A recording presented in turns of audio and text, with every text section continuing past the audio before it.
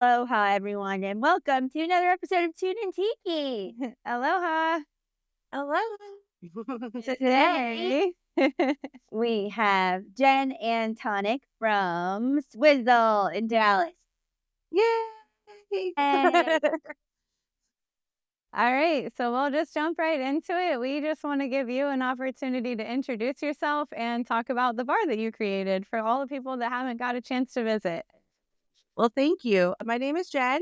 My husband, Marty, and I created Swizzle in 2015 as a concept of a brick and mortar tiki bar. Dallas needed one, and we decided that since nobody had done it, that it was maybe our thing to do. And I say that, but what actually happened was my husband said, "Let's open a bar," and I said, "Sure, yeah, with what money?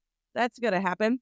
So started out as a pop up because we were trying to find a place and we couldn't find a place right away. So then we thought maybe let's pop up and see if people even want a tiki bar, if they know what tiki is, or if Yeah. this is just an idea of something that me as a Californian is used to, but maybe Texans wouldn't be into. So in 2016, we had our very first pop up in May, and every Monday we did Mai Tai Mondays, and every event that we had, every pop up we had, got bigger and bigger and bigger. So people we never met before, didn't know, started coming to our events. And so like we thought it would just be us, like our four friends. And it ended up being like a bar top full of people, a restaurant full of people. So our pop ups grew over the next few years. We did just cocktails, and then sometimes we did cocktails and food. And then we did Dallas Tiki Week to kind of really even bring it bigger names and bigger stuff to the community. And in 2019, we signed a lease on a place. We were supposed to open in March of 2020. And Gosh. obviously, nothing opened in March of 2020. So here we are now as of November 2020. So that was the sort of the short version of what happened. But we really just thought it was going to be us and like four of our friends that we knew that were into like exotica or into mug collecting, into rum, just in different little parts of the world. I do burlesque. And so they, I know some of them were into it. And Marty, has been in the bar industry in Dallas for a long time. So he knew some bartenders that were into it.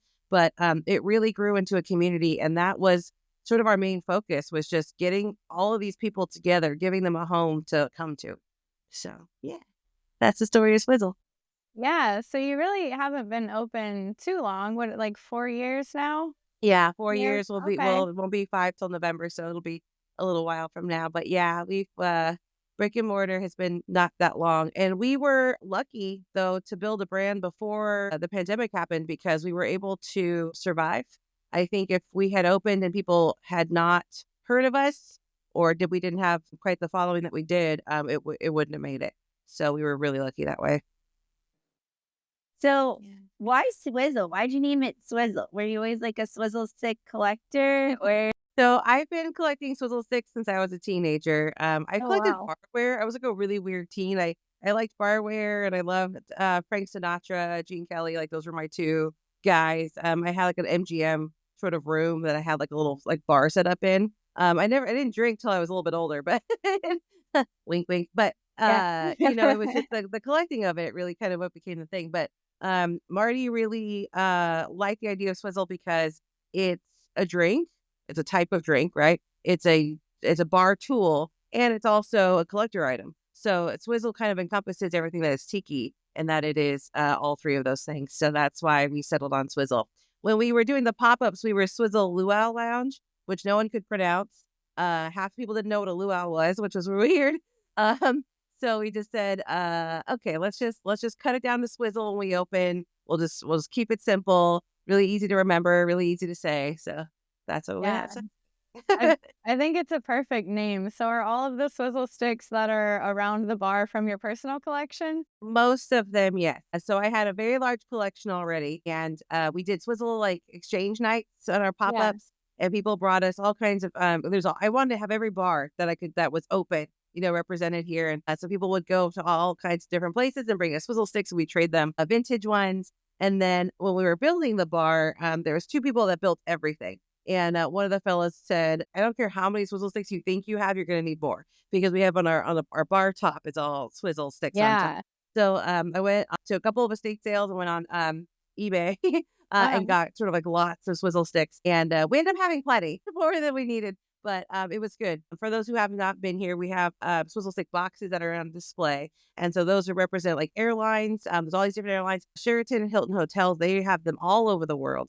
And it was incredible to collect those just over time because it's like there's just places I never thought would have a swizzle stick or even like have Yeah. a hotel that you're just like, wow, this is incredible. And then we have a Las Vegas box because they had a lot of really cool different hotel vintage swizzles, and then all the different tiki bars. And so in our bar top, we just have kind of a little bit of everything, but those are kind of a little bit more specific on what we have. But yeah, personal You collection and some. organize them all. Do you have a favorite one? I do, and it actually got stolen. uh, Oh, I had since been replaced. The people from Royer who actually made the swizzle stick came in and I explained to them my story, and they were so kind to send one to me. But it was the giraffe from Longitude in Oakland. wow. It was in the center, and I didn't want to put it in the bar because I thought, oh man, like if something goes wrong with that pour, like that's the only one I've got, and I was gonna cry about it. But we had it in one of our boxes, and yeah, somebody took it.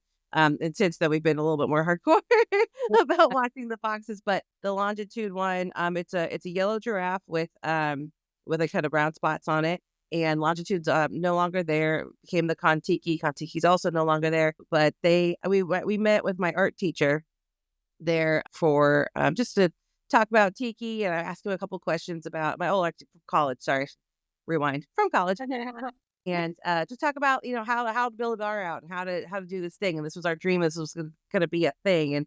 And that moment, that swizzle stick, it was like this is like the beginning of something. They were really going to do this, and someone took it. Uh, So, um, I've seen hey, that one. It's a really, really cool swizzle stick. I love that one. yeah, yeah. I think my other one might be actually Lost Lake, and I feel bad because they're also gone. But that's just the leaf, the big clear leaf that they had was just really gorgeous. Yeah. So take us back in time, even before Swizzle. What got you into tiki culture? So my mother was a hula dancer, and I grew up listening to Hawaiian music all the time. And so in the car, I remember her like a little like 80 something Toyota Camry. She would listen to Hawaiian music, Elvis and Frank Sinatra. Those are the things that I grew up listening to, and Italian music as well. But we are not Italian. But the Hawaiian music really spoke to me, and it's just childhood for me.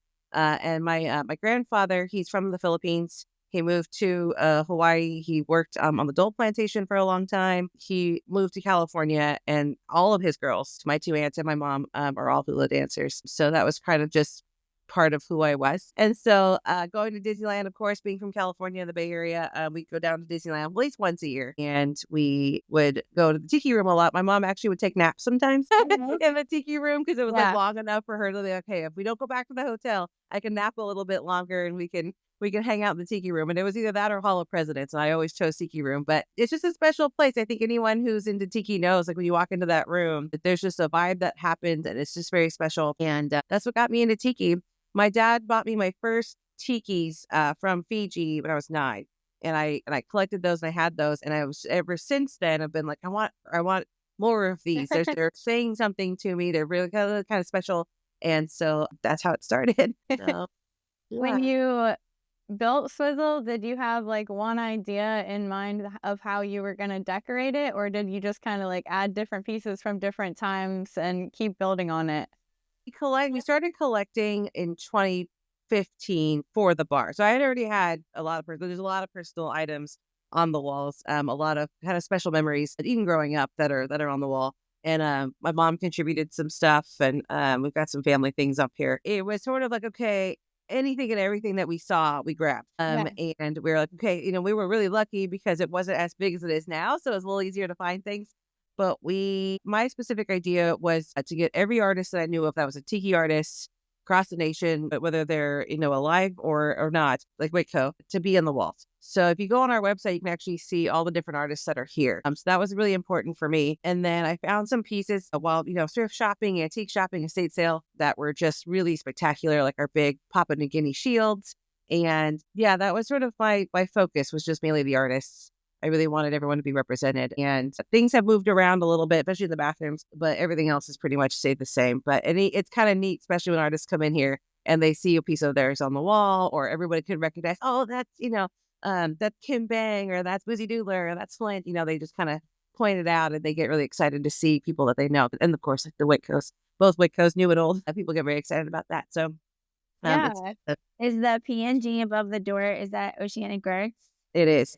Did you get it when Oceanic Arts was still open? Yep, we got that one. Think I think I got that in 2018, maybe 2019. But I'm pretty sure I got that in 2018. And what kills me is I actually wrote them. I emailed them because they were talking about retiring, and I was like, I need one more at least for the house, because it's like, those are big expensive pieces. You can't just like have them. But I'm like, I need one for the house. So they have one at home and have one here, and I can just kind of breathe a little bit about having two as a collector. You know how that goes. And I emailed them. I didn't realize that my email was from my iPhone email and not my regular email. So I kept waiting for them. I'm like, they're usually so good to respond. And 2 weeks later, I opened my like all email, things in my phone, and saw that they had responded.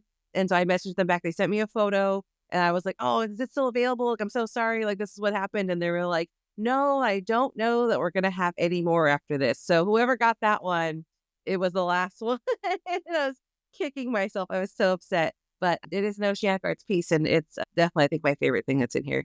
That's awesome. And you're an artist yourself too. Didn't you paint Yeah. the wall when we first walk in, like on the right? I painted the walls, and my mom painted the hallways in the men's bathroom. And I've done our artwork for our menus currently. Tahiti Gilded our original ones. We love him. He's a tattoo artist out of Kissimmee now. That's what the Tahiti Guild named after. Tahiti Guild Mana Nui. And the current art is mine, and we have prints for sale that I do. But I paint and I do photography. I used to. And I also do drawings and kind of digital stuff. So a little all over the place. And hair flowers. You want to talk about the drinks? Oh yeah. So what's your favorite tiki cocktail? So my favorite tiki cocktail ever is, well, I'm going to say it's classically the macadamia nut chichi. Whenever I go to Forbidden Island in Alameda, that's what I'd order. So the macadamia nut chichi was always on our pop-ups menu, and it's now on our official menu. And then one of ours that's my favorite is the Martiki Swizzle. It was featured in Texas Cocktail Mag Volume 2, so you can see the recipe in that book. And Marty created that one during the pandemic. And it was funny. He just kind of put stuff together. He was like, what do we have? And so he created this cocktail. And I was like, I don't know what this is, but this is all I want to drink for the rest of this time. Like, this is it. And anytime I come in here as a guest, that's always what I order. Yeah. That's awesome. We loved all of the drinks that we had. Thank you. I was going to ask, which ones were your favorite? Oh, we had so many. I like the chi-chi. That was really, really good. The macadamia was strong in it. I love macadamia nuts. Really like one in the bowl. That one was really good too. Yeah, the bowl was surprisingly like one of our favorites, I think. That was really good. That's One awesome. was really good. And that's a great picture we got too. Yeah. Yeah. It's awesome hanging out with you guys. It's neat having people come visit, Swizzle and Dallas, and being able to see people that we see like in Florida or California or New York, and everybody's here. It's great. Thank you guys for coming out. We want to come back. Well, let's talk about tiki mugs. Yeah. So what's your favorite tiki mug artist, like of all time, and like your favorite mug you've ever collected? Boy, the favorite mug I've ever collected would be my Bob, my San Francisco Bob. I don't know. And the viewers can't see it, but the Tiki Gill did a Tiki Bob tattoo on me, and it just sort of represents where I'm from. It's like a San Francisco thing. Any of the Tiki Room drummer mugs, I think, are some of my favorites. I do also have the Tiki Farm collection with the Magnum PI, Don Ho, the Hawaiian collection, Elvis. And that one is kind of particularly special. I don't know that I have a favorite. I can't really pick one. It's like, I know, it's hard. Your favorite kid, right? Like, I think everyone, Tiki Farm's always obviously been there. I actually had the second mug that ever came out from them. I didn't even realize it. I'd sold it even before I moved here because I had a big garage sale and it was full of like tiki stuff and just all kinds of cool stuff. So I couldn't bring it all with me. And when we went to Tiki Farm, I was like, cool, awesome. So I got rid of like kind of their history, and that killed me a little bit. Like, I'm such a big history fan, and of course a big tiki history fan, and that was kind of upsetting for me. Mulder's amazing. Oak Wash is an absolute doll. Diablo's incredible. There's just so many amazing people out there. And of course, Mr. Brad Parker, Tiki Shark, did a mug for us recently, and he is just highly regarded in his field, and just the mug is absolutely incredible. And Yeah, we're just really lucky to know and work with a lot of really cool people. Monk Tiki did our original bowl and a barrel set, and they do exceptional work. So it's just, yeah, we're lucky to be surrounded by so many amazing artists in this community. Now, besides Swizzle, what's your favorite tiki bar you've ever been to? Forbidden Island's my home bar, so that's, I think, where my heart lies. And I think a lot of people in the Bay Area feel, of course, obviously Smugglers is up there. But I think that a lot of them are like, the Forbidden Island was sort of like their beginnings as well. So I think I'm not alone on that one. The Mai Kai, of course, is very special. We got to go there a long time. I think 2016, I think we went, or 2014, something like that. And 2014, yeah, because it was before the pop-ups. But I'm so glad it's reopened and people can kind of experience the glory that is that incredible place. You have to come down and come check it out. We'll all go together. It's a great time. Absolutely. Love that. Oh, I can't wait to see, what they've redone and how amazing it is. Because I know in my head how it looked, Yeah. like this massive place with these huge gardens. And I just want to like actually see it again. Like, is it bigger in my head? But I'm pretty sure that it's just as incredible as I remember it. We actually have a postcard that's up at the bar behind me that is from the Mai Kai when we went. So they're definitely a special place in our heart, for sure. Do you want to talk about events coming up? Oh, yeah. We want to know what the plans are for events. Like, what are you going to next? So I'm hoping we get to go to the Hukilau. Mhm. The Hukilau is right before Dallas Tiki Week, which we produce. So it's a tight squeeze, but we would love to do that. We had a great time last year, serving and hanging out with everybody. And if we have time, we'll try to go to Tiki Oasis. Every year we say we're going to go to Enhuele. We never end up making it because it's January. It's like right after Christmas. So it's like, oh, no, it's happening. And Yeah. but I'm not really sure what our plans are. Every plan that we made last year, we had to cancel. So I'm gonna see what this year holds for us, if we're able to get anywhere or not. But how about you guys? Where are y'all heading? So same for us. Almost every plan that we make gets changed because so many things are always popping up. But we definitely want to do Hukilau, and I want to do Dallas Tiki Week. It just depends if we can make it to it or not. But everyone speaks so highly of it, and it looks like so much fun. And it's also a different group of people than who we normally get to interact with over on the Yeah. East Coast. So I think it'd be a good time. Well, we have a big trip coming up in 2 months. Oh yeah, we're going to Dubai for her birthday to Trader Vic's. Amazing! That's gonna be incredible. I take it you're going to the Trader Vic. Yep. Yeah, Mm-hmm. that's awesome. We're doing Qatar, Abu Dhabi, and Dubai, and there's a ton of Trader Vic's, and so we're going to try to hit all of them. That's awesome. That's gonna be such an amazing Trader time. Vic's. Trader Vic's tour worldwide. I love that.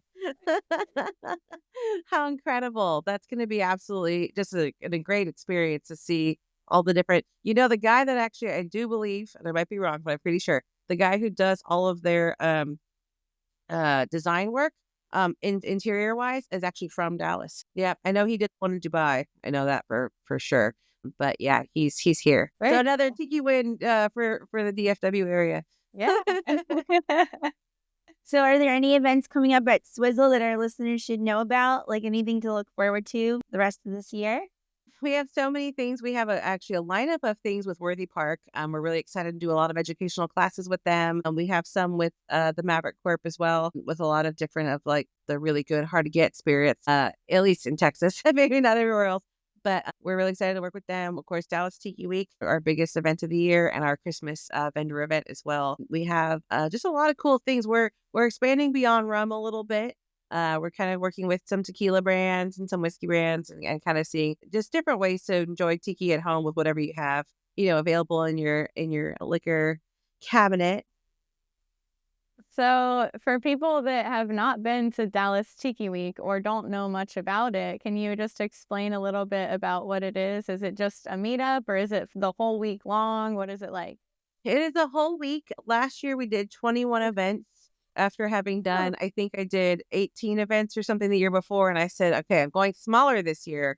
I'm going to keep it simple. And then 21 events later, I'm like, why am I doing this to myself? But it's a lot of educational based events. We have a lot of different brands that come out and they talk about all the different ways that they create their rums or their whiskeys or their tequilas, mainly rums, of course. But we do classes like that.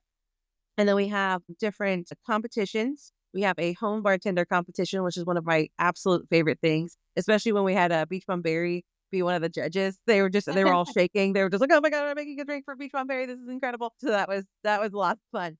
We had Russell from Lalo down in Houston last year, and then we had actually one of the master distillers for Spear Bomb come down, and he was a judge as well. So it's just a lot of really cool different judges that we've had, like different guests that have come through that have been the judge for that competition. We also have, of course, a bartender competition because you gotta, whether it's daiquiri off or DAC off, I should say, a Mai Tai competition or just make it their own.